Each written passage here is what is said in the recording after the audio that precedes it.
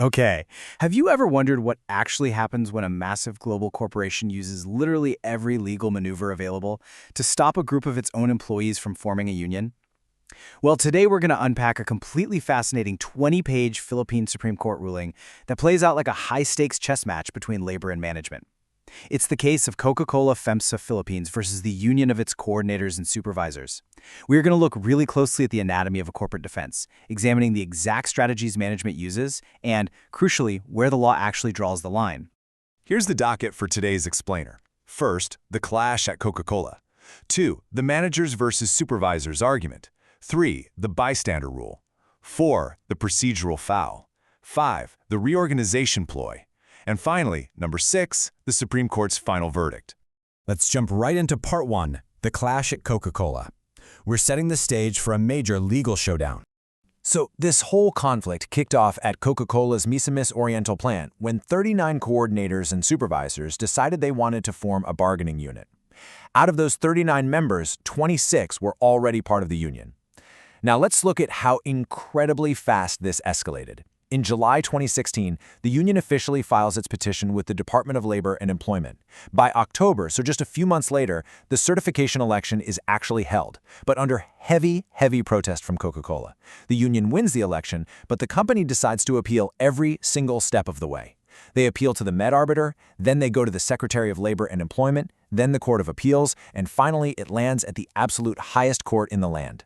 This timeline really shows the sheer momentum of the case, culminating in that final Supreme Court decision in November 2021. Moving on to Part 2, Managers versus Supervisors. This is Coca-Cola's first weapon, the classification argument.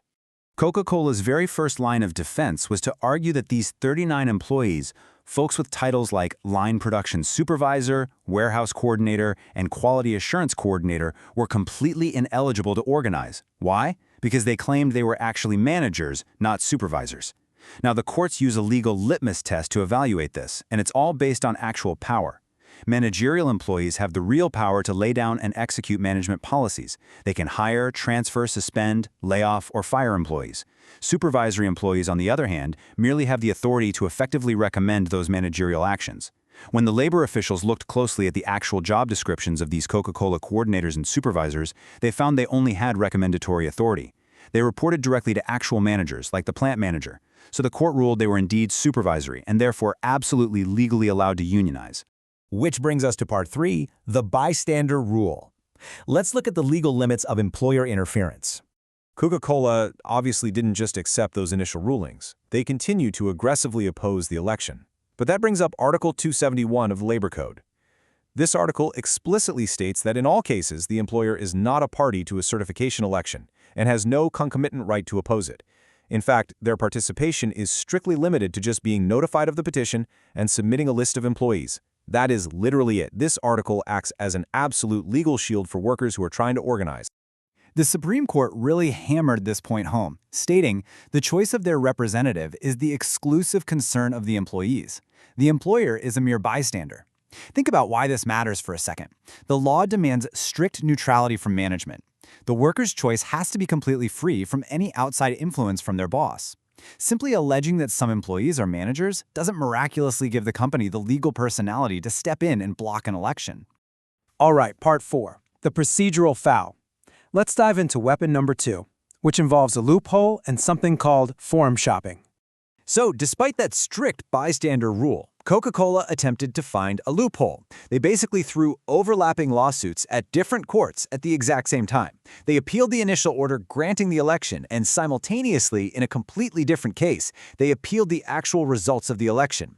The Supreme Court caught onto this tactic instantly. It's known in the legal world as forum shopping, which is kind of like trying your luck in different venues until you get the answer you want. To catch this, courts use a strict threefold test. They look for 1. Identity of parties, 2. Identity of rights or causes of action, and 3. Identity of reliefs sought. The court noticed that Coca-Cola straight up failed to disclose to the Supreme Court that it had another pending case in the Court of Appeals regarding the exact same essential issue, whether the certification election should proceed.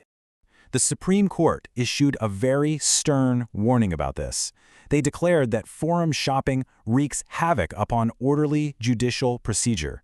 The court noted that by filing successive suits over the exact same issue, unscrupulous litigants exposed the courts to the possibility of rendering totally contradictory decisions. The court pointed out that this procedural defect alone was enough to completely dismiss Coca Cola's petition. But hold on, the story definitely doesn't end there. Let's look at Part 5, the reorganization ploy. This was Coca Cola's third weapon, and it's basically a massive shell game. Faced with losing all these legal arguments, Coca Cola initiated a sudden, mid-litigation company reorganization. They claimed their organizational structure was inefficient. So what did they do? They decided to completely abolish the specific positions held by the union members. But court records reveal this was basically a shell game with internal movement for 24 union employees. A warehouse supervisor simply became a warehouse head. A line maintenance supervisor became a line maintenance head. They abolished the old jobs only to instantly transfer the exact same employees into identically functioning new roles. And then they claimed this made the entire union election moot and void. Well, the Supreme Court saw right through this ploy. They called it mere nomenclature.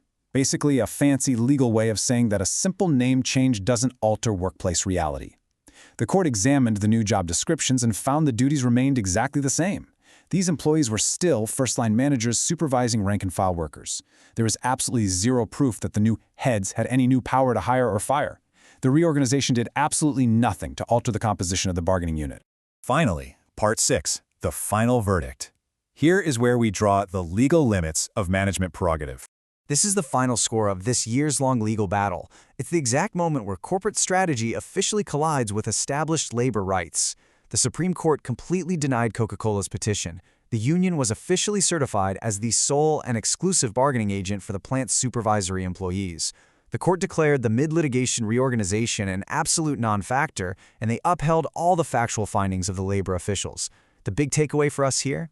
It's that while a company absolutely has the prerogative to reorganize its business to be more efficient, it cannot use that reorganization as a smokescreen to circumvent the law or invalidate a legitimate hard-won certification election. So, as we wrap up today's explainer, I want to leave you with a question to apply to your own everyday workplace. Think about your role, or even the roles of your managers. Does your job title truly reflect your actual power, the real ability to hire, fire, and make policy? Or is it just mere nomenclature in the eyes of the law? The difference, as we've seen today, is absolutely everything. Thank you so much for joining me, and keep questioning the structures around you.